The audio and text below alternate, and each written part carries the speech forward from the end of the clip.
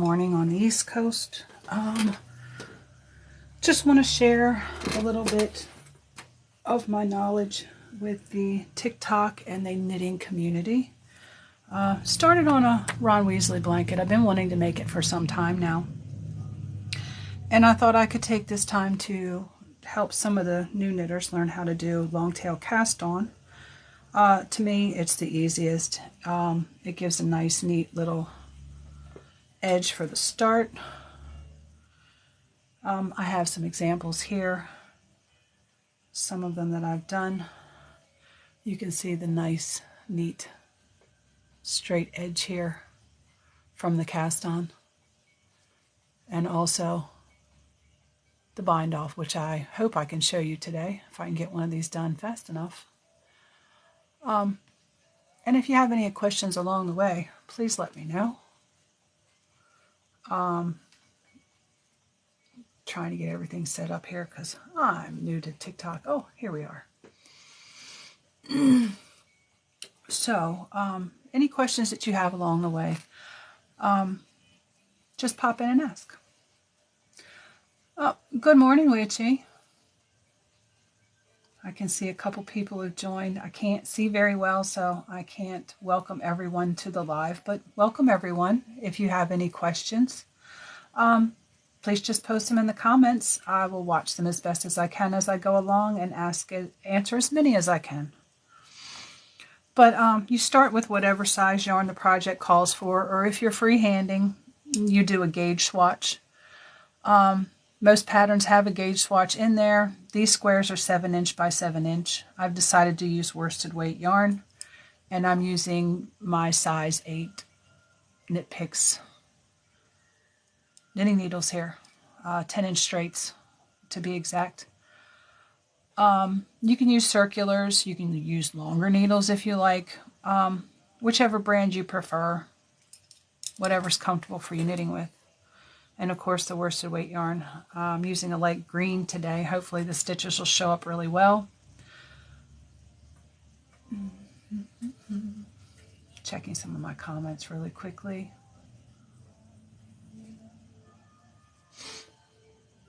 But yeah, we're going to start. You start with a length of yarn. I really am not scientific about this. Some people take and wrap it around to see how many stitches they need, to see how much length of yarn. I just kind of fly by the seat of my pants a lot of times, and some knitters do once you get up a little bit in your knowledge. Sometimes you start off as a beginner and just go crazy. I'm going to be casting on 30 stitches. 30 stitches. My gauge was already predetermined to be able to make these 7 by 7 squares.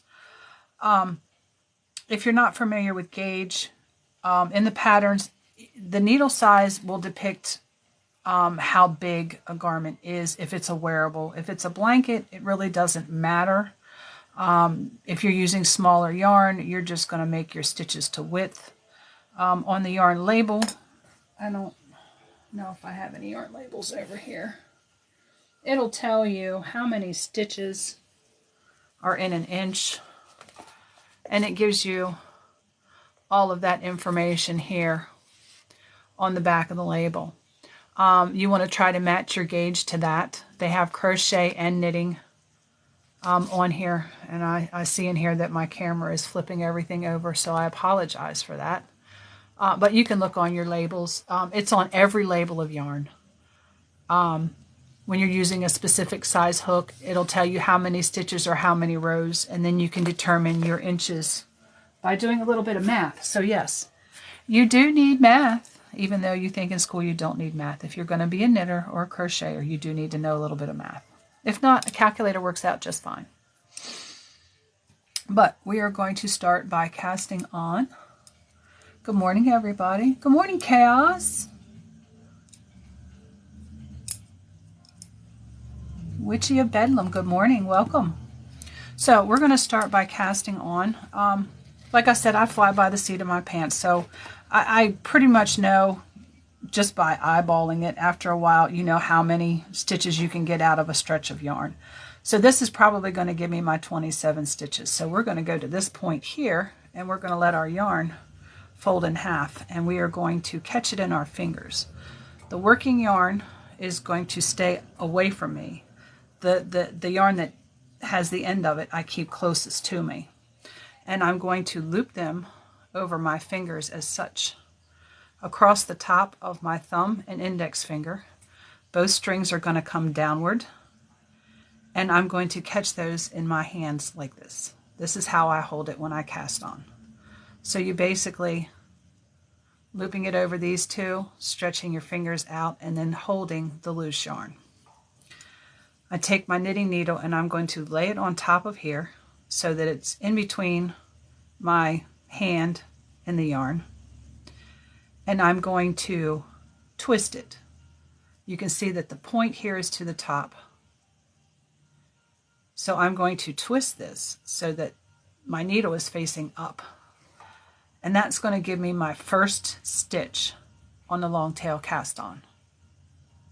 My second stitch, we are going to, and a lot of people use this little rhyme, you're going to go up your thumb, which allows you to pick up that stitch.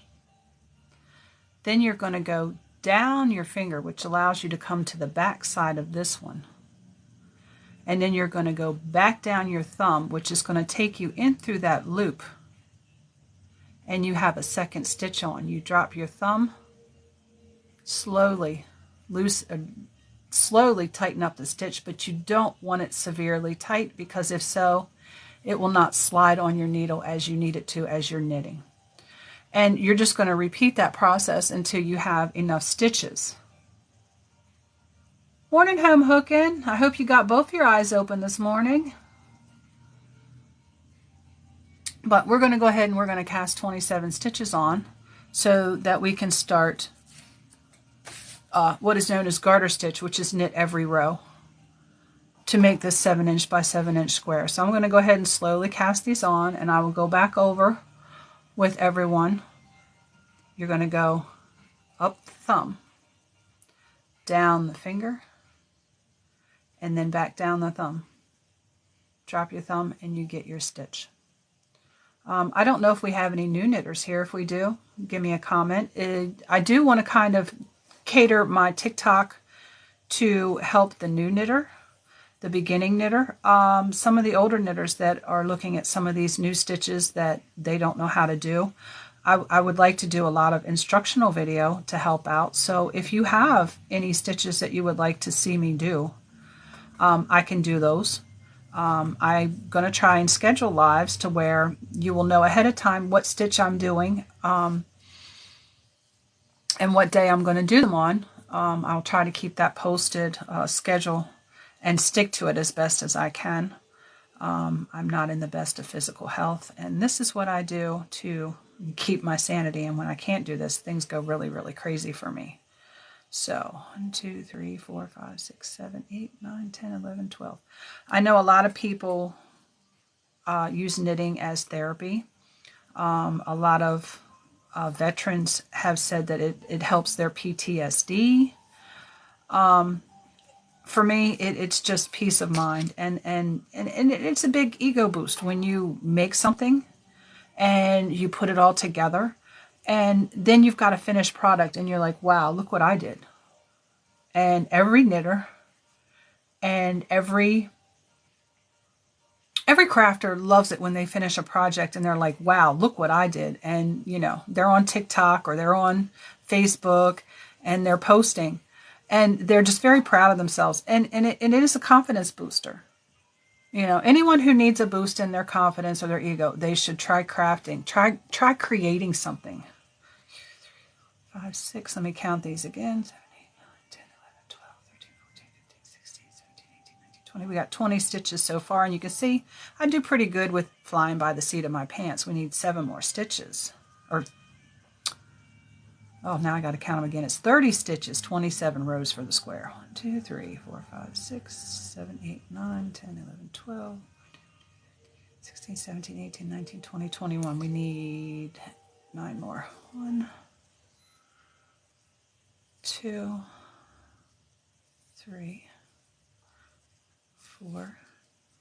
And us crafters know when we're counting stitches, it's kind of hard to count stitches and keep track of how many stitches. Yeah, this is my favorite cast on. I use this pretty much for everything. The only other cast on that I have done is the provisional cast on, where you actually use a crochet chain and you pick up the loops out of that chain. That's when you're knitting things together, like an infinity scarf at the end where you don't want to see the seam, and you can do a 3 needle bind off or a double needle bind off, I think it's called. I'm not sure. I'll have to research it and get back with you on that. But if you're going to knit things together and you don't want to have to pick up stitches again, you can use the provisional cast on because it keeps your stitches live on the raw edge. All you do is come back at the end and you pull out the crochet chain, just like if you were going to pull out the chain, from work. And all your live stitches are right there, and you just pick them back up. And we need 5 more here. And I'm not sure if I'm going to get 5 more out of here, but we're going to try and squeeze them out. And we want to make sure that we have enough of a tail to weave in when we get done so that we don't have this loose and then our work unravels. 6, 7, 8, 9, 10, 11, 12, 13, 14, 15, 16, 17, 18, 19, 20. 627. We need 3 more. We can squeeze 3 more out of this. We have to get really small with this because there's only a little bit left. And I probably should have did it a little bit longer. But there's 2. Make sure we get it down far enough on our needle so our stitches don't get tight, so that when we go to do our first row, and we got a little bit of a tail. Did good. Almost yarn chicken there, guys. I hope everybody's having a good morning. I'm going to grab a sip of my coffee, and I'm going to start on this first row. Again, it's knit every row, which is called garter stitch. Coffee's getting cold. But I can show you, this here is how you would cast on for a straight square such as this. And this is knit every row. You can see the little textures. And they call these garter ridges or garter bumps. And each little bump, 2 of them are together. I don't know if you can really see here how they have 2 little bumps together. That would be 2 rows. And it makes it easy for you to count your rows in garter stitch. This is nice and stretchy. It is going to be nice and warm, but it's not heavy. So that's one good thing about things like this. I probably should have done one where I changed the colors, but I just started with a solid color one so we wouldn't have a whole lot of trouble. This one's done on the diagonal, which makes it pretty cool. It's actually worked this way. And as you go, you're going to increase stitches on both sides. At the end of the row, not on both sides at the same time, but at the end of each row, you will increase, or the beginning of each row, you can increase. Once you get to this point and you want your square to start becoming more of a square and not keep going like a triangle, you will do decreases, which brings your square back together. But yeah, a lot of these I haven't even woven in the ends yet. That's our favorite thing to do. We just got done weaving in a lot of ends on another project, which I'll share with you later after it's finished. It's a group project. So we're all coming together on it now. But I was researching, trying to find this so I could print this off today so you can see what I'm doing. And I hope you can see this little note that this can be found on Pinterest. When I was looking to find it this morning to print this off so you could visually see what I'm actually working on. And we're working on this square right here in this D row. There actually is a crochet version. So if you cannot knit and you have a absolute not want to learn how to knit, you can actually make this project too, but just crochet. So I think they would probably use like a Tunisian crochet type thing, but I didn't even look at the pattern, so I'm not sure what stitches they used, but it was pretty neat to know that somebody had transferred into crochet. First row of this, you're just going to insert your needle into the first loop. I hope that I'm close enough that you guys can see this. I carry both strands with me because I like to weave in as I go. It makes it a lot easier at the end. You don't have to go looking through When you have to change skeins of yarn because you run out and you need to put another one in, I weave in the ends as I go. So when I first start, I'm going to knit with both of them. And I've done this on all of them. You can see that it's going to give you a double loop. Just remember, when you come back through at the end, some of yours are going to be double. If you try to split them up and knit them, you're going to increase your stitches and your square is going to be wonky. I probably should have let that been a little bit longer, but it'll be okay because it's going to be sewed together, so we'll catch all the seams. But working through to the other side, make sure I stay in frame here. I tried to set things up. And you guys will see me on here more. If you have a stitch that you would like to see done or a cast on that you would like to see done, I'm here to help. Drop me a message. Duet a TikTok, stitch me. I want this to be interactive. I want to include you in on what I'm doing. I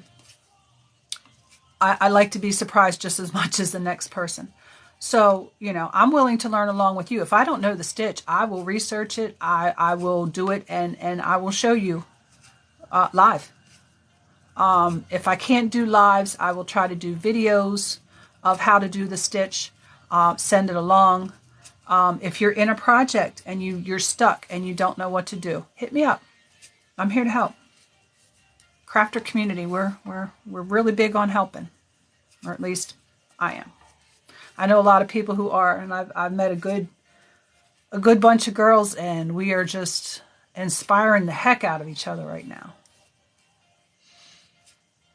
But yeah, if anybody has any questions whatsoever, hit me up, drop a comment. I can help today. I can help tomorrow. I can schedule a live and say, hey,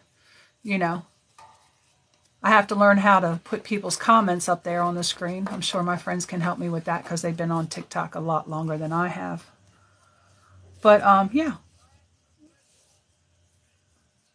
I want to grow my little TikTok community and be as helpful as I can. I do crochet as well. I'm 51 years old. I've been doing this. My mother taught me when I was 9. I started out with crochet, and I made crochet chains, and I had them hanging all over my room. It looked like Mardi Gras streamers everywhere. But hey, what 10-year-old girl doesn't want her room to look like a party,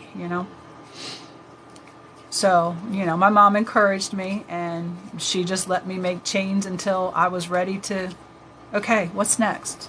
Let's do something else. We want to expand this knowledge here, and we want to do something else. I really think the first thing that I actually made, and I think my mother had gotten me one of those pot holder looms, and I made pot holders, and I was so excited about that. And then I wanted to make bigger things. The pot holders weren't big enough because they ended up turning out like squares like this. I know everybody knows that little plastic weaving pot holder loopy thing. You weave the loops and so, but yeah, I was drawn in, and this year I was, and I'm going to throw some names out here. I was inspired by Naughty Gnome, and she had goals to write patterns,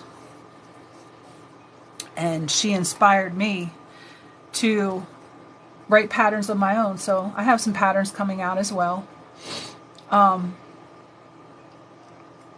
And I will be posting them, and I will I have a blog that I've started as well. So I'm trying to get busy in my business. I'm transitioning out of being a mother for the past 30 years. My kids are all grown. They've all moved out, and I'm trying to find my spot. And this seems to be it because I enjoy this the most. But yeah, long tail cast on. I might have it set up to where I'll do different cast-ons because I need to learn some new ones too. Long tail and provisional are the ones I use the most. So I might set it up to where one day we do cast-ons and another day during the week we can do stitches, or, project abbreviate or pattern abbreviations, whatever. Oh, I can't see this very well. But is that Anise? You said hi? A-N-A-I-S? I think. My eyesight's really bad. And the tablet I'm looking at the comments on, it is so darn small. I need to learn how to make it bigger. But welcome everybody. Welcome everybody. If you have any questions, again, we are working on, or I'm working on the Ronald Weasley blanket. It can be found on Pinterest. I did note down here that, and I don't know if this light is making it so you can't read that or not, but I need enough light to see, lots of light. It is by Jackie Wierbicki, Penguineer. I found this on Pinterest. Again, somebody has now done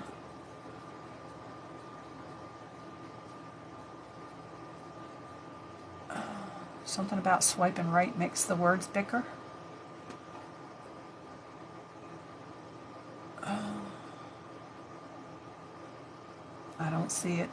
Thanks for helping, Chaos, but I'll have to check it out. I tried swiping right, but it's not. Probably because the live's on a different, and I'm watching this on my tablet. I don't know if that's going to change the size of the words or not, but we'll play around with it. We'll figure it out. I might be able to do the settings on my tablet here, my Amazon Fire, and change the size of the letters. But we'll look at that later. Yeah, I think you can see this a good bit better, but I might have to reposition my light source.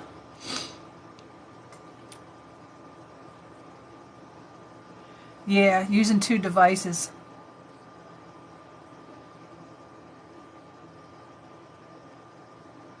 Okay, move my paper away from the light. Let's change these and see if that makes a difference. That might. Oh yeah, that made a lot of difference. Thanks, Chaos.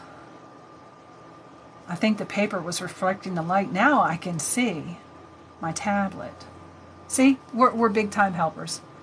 Chaos is in that group of friends that I found recently, and I found them on TikTok. You can find some good friends on TikTok. She does a lot of sewing too. You ought to go check her out. And Home Hookin', who commented earlier, she does a lot of stuff. You check her out too.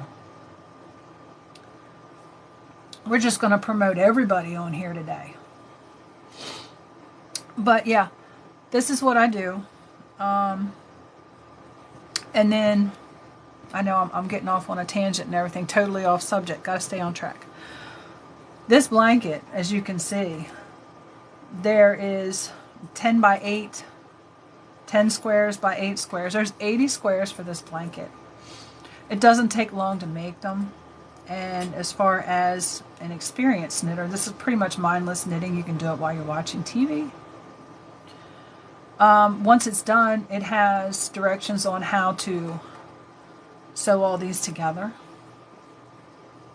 and then put a nice edge on them so that you have the blanket. And of course in the pattern it says the blanket was created by Mrs. Weasley, so it's not going to be perfect if you've watched the Harry Potter movies or a Harry Potter fan.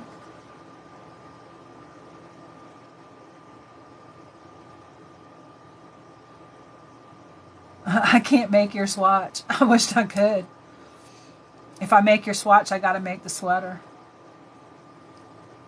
Waiting for a response. I know. Home Hookin' and I, we knit pretty much the same.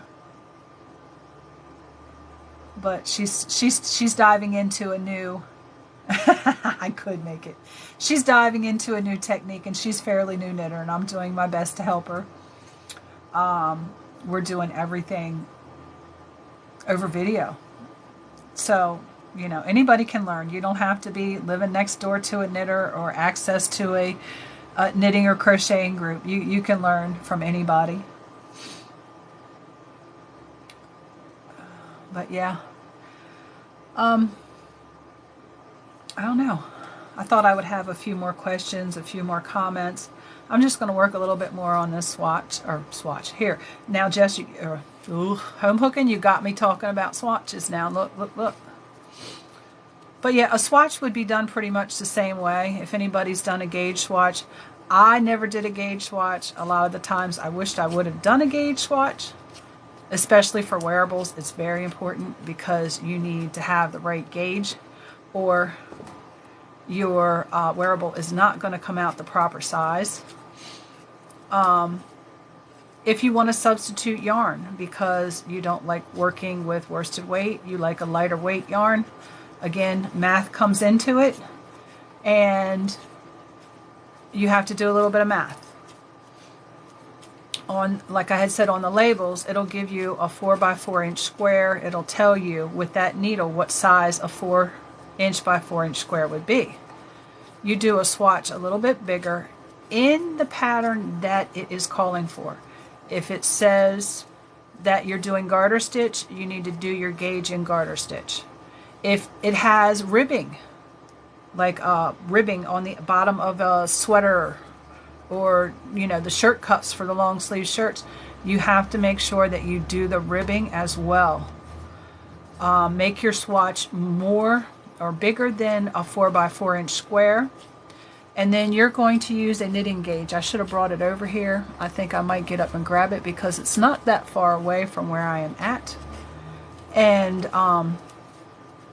you use your knitting gauge, and I can show you. Oops. See, we get a little too fast and we catch a little bit of the thread from the loop underneath. We want to make sure that let's get this in the camera here. We want to make sure that we clean that up a little bit. So we're going to take that stitch back out, what us knitters call tinking, and make sure that we get a nice clean stitch there. We got a nice clean stitch there now. I'm going to finish to the end of this row. Big hint if you're knitting and you're doing a pattern in that row, whether it be cable pattern, eyelet lace pattern, yarn overs, whatever pattern you're doing, finish the end of the row, because I will lay it down like this, forget where I'm in with that pattern, and then I got to pull that whole row out half the time just so that I can get back on track. So yeah, you hear a lot of this, let me finish this row. It's very important to a lot of people to be able to finish that row. So what I'm going to do is I'm going to jump up over here and grab my knitting gauge, and I can show you, yeah, tink, tink, tink.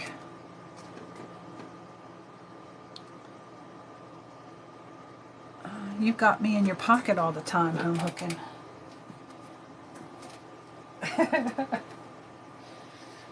Yeah, I'm here. I'm here. Grab my knitting gauge here. And this also helps you if you have older needles that the sizes have worn off of. It will help you to know what size your needles are, and it gives the US size and the millimeter, the metric size. This here is for doing gauge swatches. Let me not do it on a diagonal one, and let me do it on a light one so you can see. I'm going to put this on here so that I can bring it up to the camera if it doesn't show me very well. What you're going to do is you're going to line this up along a row horizontally and along a row vertically. And then you're going to go to the 1 inch mark, and you're going to count your stitches that you have. 1, 2, 3, 4. We have 4 stitches. 4 stitches equals an inch in worsted weight yarn in a size 8 needle in my knitting tension. Somebody else who does the same might have a different tension, which would give them a different gauge. It might be less, it might be more stitches. But I'm going to lift this up here so that you can see in the camera. Hopefully it stays well enough. And I'm looking here. You can see the 1 inch mark here, and you can count the stitches. You see 1, 2, 3, 4. And then vertically you do the same thing, and you're going to count your vertical rows. This comes a little bit more difficult when you're talking about garter stitch, because each of these little ridges here are 2 rows. 1 bump, 2 bumps, that's 2 rows. So when you count these bumps, you have to count them by 2. So 2, 4, 6, 8, and it looks like almost 9 stitches, or 9 rows, I'm sorry, will give me an inch. So if I want to figure out if I want to make a sweater longer, or if I just want to start off knitting something, a blanket maybe, and I want the blanket to be 60 inches wide, and this is my gauge. For 1 inch, you've got 4 stitches. So you're going to take your 60 inches that you want your blanket to be, and you're going to multiply it by 4 stitches. That'll tell you how many stitches you need to get the 60 inches that the width that you want.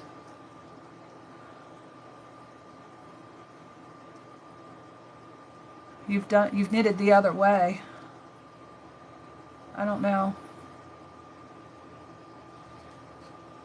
I'm talking about home hooking. I have done that, or I've knitted the other way. Must have been on something else I was talking about. But that's how you figure out, your gauge to make sure that your project comes out to the size that you want it to. You have to pay special attention if the pattern says that it's fitted. Most of the sweaters that are for women will have fitting in them at the waistline. If you're just going off the cuff and making something and you have measurements, like say you want to do a pullover, and you measure yourself around your hips because you want it to be that long, you will take that measurement, multiply it by the stitch count that you got from your gauge, and you can just go off and make your own sweater. So, if you're adventurous, this part will help you a lot to create your own masterpieces. But, yeah. So, just a little knitting knowledge that I would like to share. I don't know if anybody has any questions or if anybody has any comments. I know I see we've got a pretty good bit of people in here today. Knitting is all, there's no one right way. There's no wrong way to knit. You find out what works best for you. Some people hold it this way. I can actually slowly, this is a little slower for me because this is not the way I normally do it. I can knit English, I can knit continental. I've actually have color work projects that I work on that I have yarn in both hands because I'm two colors. I can't use the yarn guide, the little plastic thing you put on your finger for multiple strings to do color work. I just can't do it. My brain will not wrap itself around being able to do it that way. It doesn't work for me. Other people can do it just fine, and I've watched videos and I've tried to do it, and I guess because I started doing it a certain way, that there is a mind block where my mind says, okay, we already know how to do it this way. We don't need to learn how to do it the other way. So, yeah, I can teach a good bit of people. And something else that I passed along here recently, left-handed knitters. Good morning, Minnie. Left-handed knitters have a hard time learning from right-handed people. If you get a video that shows you how to knit and it's a right-handed knitter, turn your phone around facing away from you, or whatever you're watching. Hopefully it's not a computer, because that's going to be too much to have to pick up and turn around. Watch it in a mirror. Turn your phone away from you, put it on a stand. Put the mirror so the phone is facing the mirror. And then watch it from the mirror. It will turn it around so you see it left-handed. A lot of people don't realize that it will flip it around so that it's backwards in the mirror and it will look left-handed. So, just a little tip for the left-handed knitters out there. All my friends are here almost today. A lot of them sleep late. They're not up early risers. But yeah, I might pop in and out here today because I might have some other ideas that I want to share. Other projects that I got going. I like to be an inspiration to other people, inspire other people to push past their comfort zone a little bit. You know, don't be intimidated because you never know what you can do until you try. So we're going to end this today. Well, maybe not. Maybe we'll stay here for a little while longer. I got a couple people here that, you know, might want to see what I do. And I'll just sit here and chitter chatter for a little while longer. I think I've only been on here for about maybe 45 minutes. And I haven't got a lot of work done in 45 minutes. But anyway, we're working here. Oh, I think I'm going to need a little bit more coffee. I like coffee in the morning.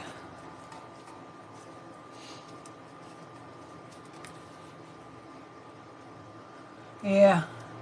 Witchy, my friend Witchy, she's inspiring me. She says, you keep going. Well, Witchy, you know, in our group, that's all we do. We keep going. We don't give up. You, most of all, started a C to C, and it's the first time you've ever done a C to C, corner to corner crochet. Oh, Minnie, look at you. You're talking about reverse knitting. Yes, I can show you all how to reverse knit.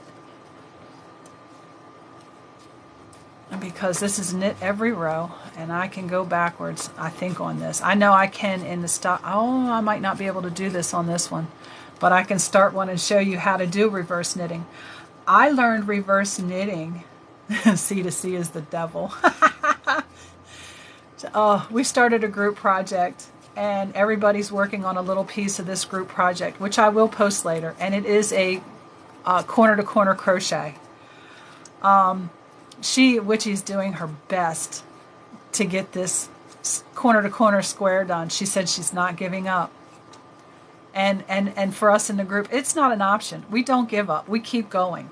We might take that WIP, what we call a work in progress, a WIP, or our PhD, our projects half done, and stick them in timeout for a little while because you get mad at them. And when you get mad at them, you just got to set them aside. Work on something else. Take a break. And Minnie's agreeing with Witchy of Bedlam. C to C is the devil. Oh my God, you guys. I love C to C. I've done so many things C to C. I got a bag right here of stuff that I've done C to C, stroller blankets for kids that would just amaze you. And I started that out when my health got really bad. Yeah. Home hooking, I don't think C to C is the devil. I love it. I love doing color work. I love doing corner to corner, especially when it's a graph corner to corner, because you see the picture form right in front of you as you're working, and it gets to the point that I don't want to put it down. I want to see that picture progress until it's finished. It's almost like binge watching on Netflix. But yeah, we're going to set this aside for a second. And we are going to grab another lighter thing of yarn, and I'm going to use my circulars that I have here so I don't have to grab it. Well, no, we're not going to use circulars. We're going to grab another set of needles, and I will show you the reverse knitting. Miss Minnie. I learned reverse knitting from a YouTube video, and I'm going to move some of this stuff out of the way here, just so we're not so distracted and we have a clear, we'll leave this right here. We'll have a clear area where you can see what I'm doing here. I'm just going to do a quick long tail cast on again, and I'll show you that. And this isn't the needle that needs to go in here, but we just grab this and it'll be fine.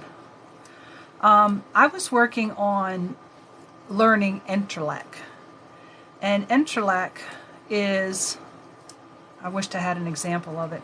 That's one thing I'm going to have ready when I talk about doing stitches and patterns. I'm going to have a few little swatches worked up on that stitch so you can see the stitch visually in a square.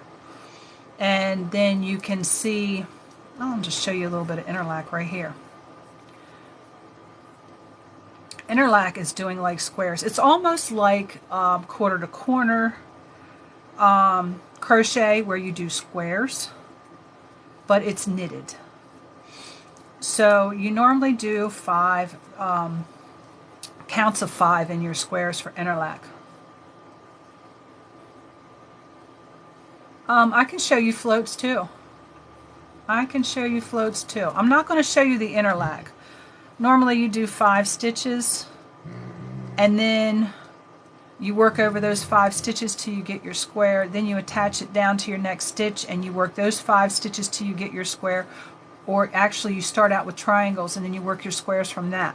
But to do reverse knitting, normally once you cast on, you're going to turn this needle and you're going to start knitting. Well, when you do interlac, it is a pain in the butt to turn your needle every 5 stitches or every 10 stitches. It gets to be a pain in the butt. So that's what encouraged me to learn knitting backwards. So I'm going to show you how to knit backwards. And if you pay attention when you're knitting, you can see your needle placement so that you can knit backwards. You move your stitches ahead just like you would. Okay, normally I would have to turn this around to start knitting. Normally you would turn it around and put it in your stitch to start knitting. We're going to knit this way.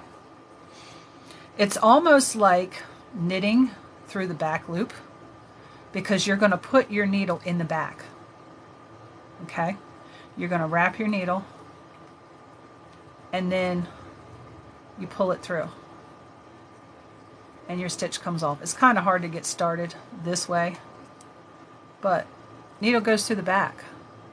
It's almost like left-handed knitting. Wrap your needle. This is backwards knitting. First row, normally your triangles are already here for your interlac, so you're knitting normally until you get your triangles to start doing your individual squares. But yeah, it goes through the back. And as you can see again, I'm weaving in my end as I go. And then of course, I'll show real quick because this is not how you start interlac, honestly. But at this point, I've got 5 stitches. In interlac, I would have to turn this around. I don't have to. We're going to go single now. I can show you a little bit better the speed that I have with being able to knit like this. That's a regular knit row.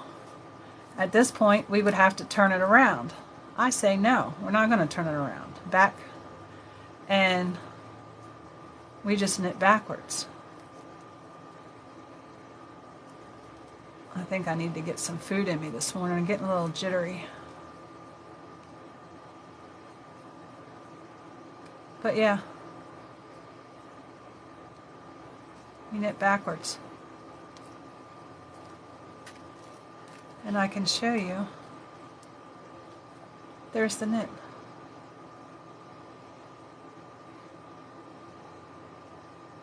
Probably should have picked something different than white because you really, you know, let's see if I can get you to see the stitches there. No, it's not going to show up in the light for some reason. Maybe I should have used a different color. But yeah, that's how you knit backwards. And then again, you would just start knitting again. You can do this if you have a lot of stockinette stitch that you need to do, so you don't have to move it back and forth. Just go, you row back, you know, just keep going. You've got a long piece, you're knitting a scarf, and you've got a lot of stockinette stitch. Turning that scarf around, it gets all twisted up, knit backwards, you don't have to turn it around. These things I've discovered along the way that just make it faster for me to finish a project. Less fiddling around with, you know, whatever's hanging down from your project. It's easy.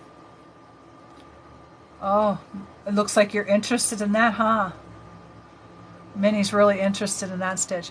But yeah, and then, you know, you discover ways to make it quicker for you to finish, especially if you're on a deadline and you're trying to get stuff done.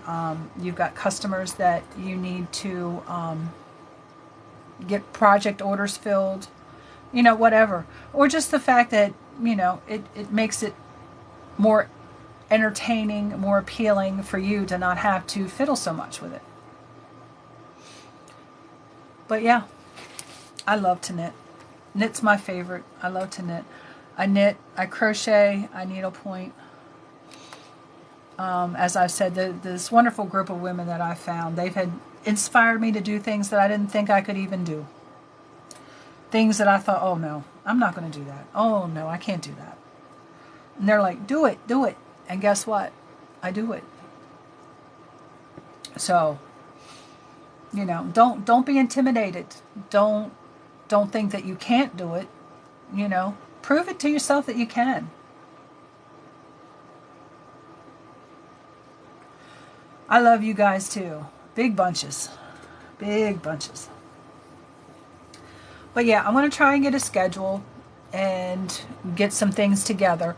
If anybody wants to see stitches, I am going to do a TikTok in a little while and post it, a video. Basically what I just said that, oh, thank you, Minnie. I'm glad I found you guys too. And it's all your fault. It was your live. It was your live that brought me to this wonderful group of women. So it's all your fault. But yeah, I'm going to do some videos and post some of the things that I would like to share. If there's anything that you would like to see that, I haven't shared, or, and any craft, any yarn craft whatsoever. I also do plastic canvas. I've done some amazing things with plastic canvas that I can share. Anything that I haven't done, I'll research and I'll do my best to help you figure it out. So, yeah, all the minis misfits. All right, guys. Well, I hope that this found you in a good place this morning. If not, I hope it's been helpful to help you find a good place. And I wish you luck. Happy crafting. Now I got to figure out how to turn it off. Somebody help me turn it off. I don't know where it's at.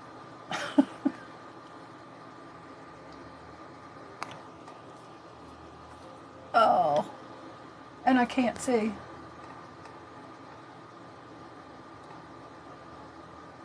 Oh, you want me to share my color work? It's in the other room.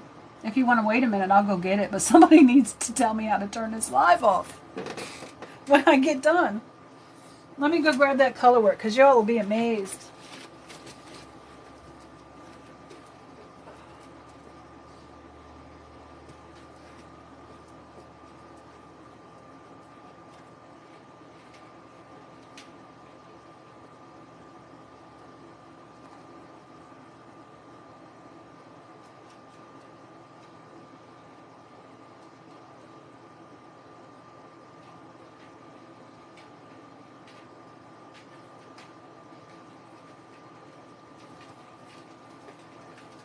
Alright, I have my color work. It just says color work, color work, color work.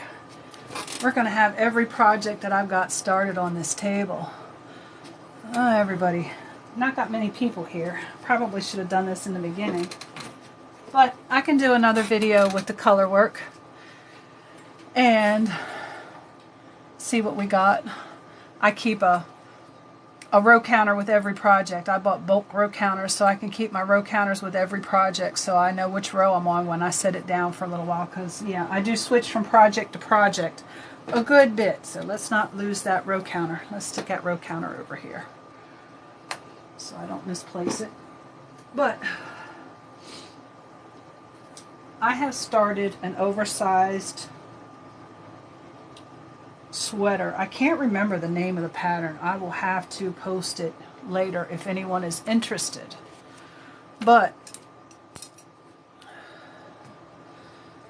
this is going to be a pullover sweater, and it's supposed to be oversized, and I'm doing it in a maroon and white. And again, 2 skeins of yarn, 2 hand knitting.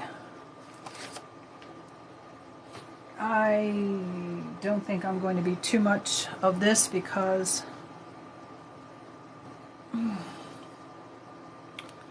and this is the sweater. We have a nice rib, and I have dogs, so yes, hair is everywhere. This is the color work that I'm working on. And I wished I would have showed this when I had more people in here because everybody's gone now. But what I did, there is a 47 stitch repeat on this color pattern, and I have placed stitch markers every 47 or 48 inches. Or stitches, I mean, not inches. Oh my God, this would be forever big if it was inches. Stitches. And I have a graph pattern, and you can graph anything out onto graph paper and turn it into color work. So, all right, Minnie, have a good day.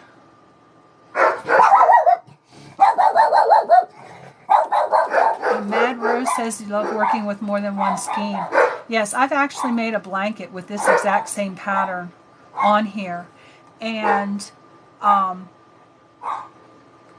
love it. I love, and this sweater pattern, it was just a plain sweater. Once you get up to the arms, you cast on stitches for the arms, and it goes into garter stitch, which gives it texture. So I'll have that up at the top, and this will be in the middle where there was just plain stockinette stitch, and I'm loving this. I'm loving watching this work up and seeing all of this just come to life. I can't wait until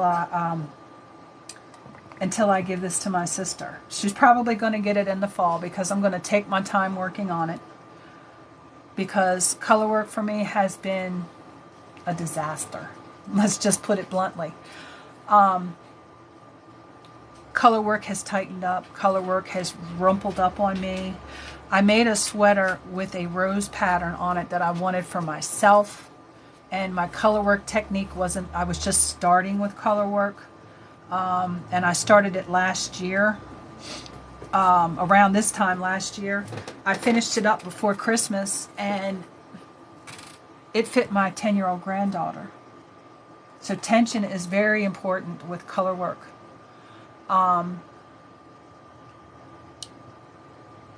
Very, very, very important. And I might pull this out here and get this pattern out. I gotta find out what row was I on, and I'll do a little section here so you can see how I do it. And I had to take this pattern, the color work pattern itself, not the sweater pattern, the color work pattern that was graphed out, and I write it out like this. I don't know if you can actually see all of this, but I have 2 of the background color, which is this maroon, and then I do 2 of the design color, which is whatever color I choose for my design, which is the white. And I can show you really quickly, if I can keep this up here, how I do this. Put this over here so that my dogs don't run through the yarn and take off. Always, always, always, when you do this, remember which hand you had which yarn in. Because with color work, if you switch up hands, it switches up your dominant color for some reason. And to a crafter, you will see the change, because your background will stand out more than your design, or your design will be like way popping. But I always keep the light color in my right hand and the darker color in my left hand. So, and I hold them both the same way. I grab with my pinkies for the tension, and then I have my index fingers to direct the yarn as I do the stitches. So let me get this together here, and I'll show you how I knit my color work. And some people don't understand how I can do this, because When you're working with your right and your left hand at the same time, scientifically, you are using both sides of your brain at the same time. So it can be confusing for other people, but for me, it's not. I'm going to do 2 of my, and Jess, this is where your floats come in, home hooking. Your floats are coming in here. Every 3 to 4 stitches, you're going to catch the yarn that you're not working with, so that you don't have, as you can see on the back, you don't have great long strings of yarn that when you put the wearable on or you blanket, you don't catch your feet in it, toes in it, your hands in it, so you don't pull. And this is where I've added another skein on here. You don't pull your hands in it, so you don't pull. And this is where I've added another skein on here. You don't pull it, because if you pull these stitches, it pulls your work together. So you want to make sure that you know, every 3 to 4 stitches is what I normally do. So I've done 2 white stitches. Now I'm getting ready to do 5 of these maroon stitches. So in the middle of my 5, I'm going to catch my float. And Jess, I'm going to show you how to do that. Knit-wise, you catch it one way. If you are knitting flat and not in the rounds, you're going to have to do a purl row. And I will show you also how to catch your floats in the purl stitch. Okay? So we're going to go ahead and do 3. 1, 2, 3 stitches of the background color. We actually need 5. At the 3rd stitch, and I should have done it on the 3rd stitch, let me take that one out. We are going to put our needle in our stitch, and then we are going to wrap this one around the needle, wrap this color that we want. Then we are going to unwrap the color that we don't want. And then we're going to pull the stitch through. As you can see now, I have 3 stitches on here, and I have this attached, which was back here. So you've only got this little bit of space, and you're not going to catch your finger in there or anything in there on the way through when you put it on. And then we're going to do our 2 more stitches to make our 5 stitch count. Okay, and you've caught your float. What did I do? Yeah, you've caught your float in there. Now we're going to start back with the other color that we need. And we need 3 of these. 1. And because it's 3 stitches, I'll catch it in the middle. Now we are catching this yarn, not this one. So your float's going to be a little different. You're going to put your needle in here, and you're just going to lay this one on top of your needle. Normally when you knit, it's back here. When you catch your float, you're going to lay that on top of your needle, and then you're going to wrap. And you'll see that that white is going to go up underneath the maroon. And then when you pull it through, you only have a white stitch on there. But as you can see, you've caught your maroon yarn in your float. And then when you go to do it again for your 3rd stitch, your yarn's going to come over and it's going to catch it and secure it down. So depending on which yarn you're catching, which hand it's in, which direction your yarn's going, this one's going to wrap, this one's going to lay on. Now, if you were in a purl and you were doing a purl stitch and you had to catch this float, you would wrap this one around, because this is the color that we want, this one. Then you're going to unwrap the first one, and you see how it just gives you that white stitch, but it's going to catch it. And it just locks it in there. I don't need a purl stitch, so I'll be taking this back out.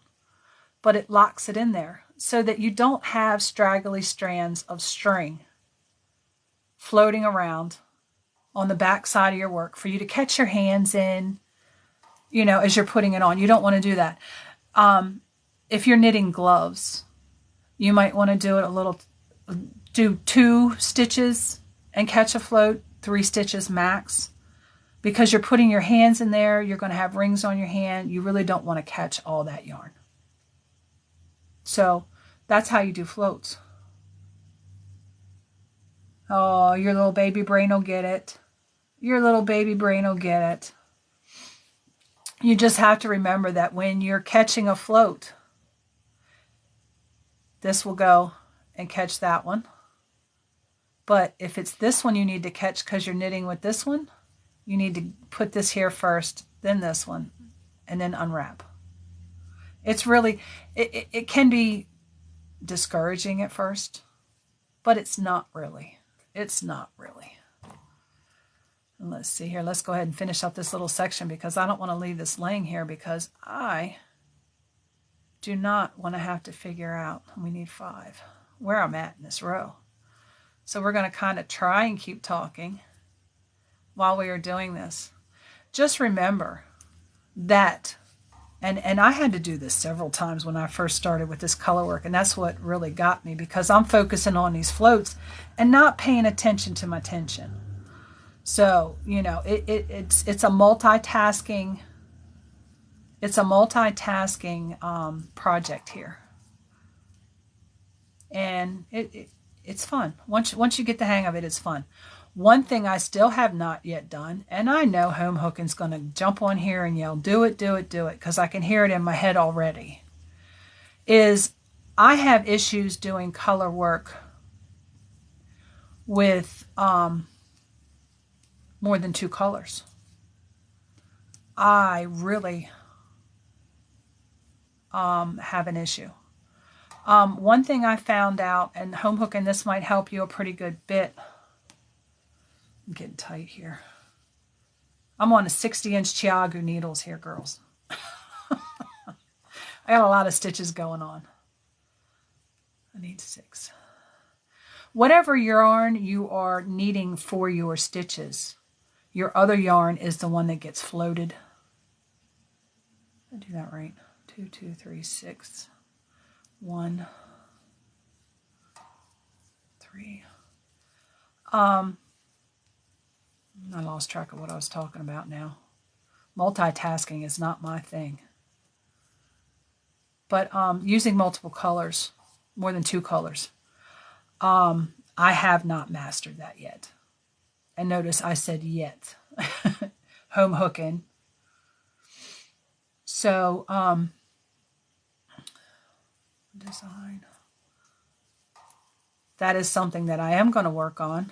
And I probably will do a live working on that. So, I mean, a lot of people, and I am not afraid to show you where I messed up. I am not afraid to tell you that I made mistakes. I am not perfect. Every crafter makes mistakes. And I will share my mistakes with you so that you can see. 2, 3, 4, 5, I need one more. 6. So that you can see that, you know, and here I am off frame. You can't see what I'm doing now. Had to bring it closer so I could see what I was doing. But, yeah, I like to see, images form. It really just amazes me. And my mother who taught me, she said, I have surpassed her in my knitting skills. There are things that I do that she won't even try. So, but yeah, that's how I do color work. I do 2 skeins, 1 in each hand, and yeah, 2 colors at a time. It works out pretty well. And I've noticed that if you really want to get into the fair aisle, which is the striping of 2 colors, that's the way I put it, because looking at just about any fair aisle pattern, they're only ever working with 2 colors at a time. And you do those rows, and then you do another row with a different pattern, 2 different colors that are contrasting with what you're working with. So, but yeah, I'm still here, and I still don't know how to turn this thing off. So I guess I'm here until I discover how to turn it off. But no, seriously, if anybody has any questions about anything at all, you know, I'm here to help. And if I don't know, I will find the resources and links and videos and everything else, and I will learn and I will teach you. So, I hope everybody has a good day, and I don't know where it's at. Where is it at on here? All right, Jess, help me out. Where's the button?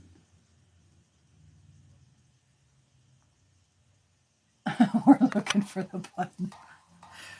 I just had somebody else jump in here now too, and we're talking about color work and adding things. I'm talking about color work and adding things. Oh, where is that at? Because my phone is pointing down at the table and we can't. Top right corner. Home hooking. But yeah, I like to take the patterns that people publish, the designers, and yeah, they give you a flat out idea of how to do something, especially if it's just, you know, a plain simple knit, like I call it, which this was plain and simple until I added the color work, because I like a little bit of the challenge. Okay, top right. I like a little bit of a challenge when I do work. I like to add a little bit of myself to every pattern that I make. So, but yeah, until next time, we will see you all, and happy crafting. Where's it at? Oh, Jess. I'm going to have to take it down from here so I can see it.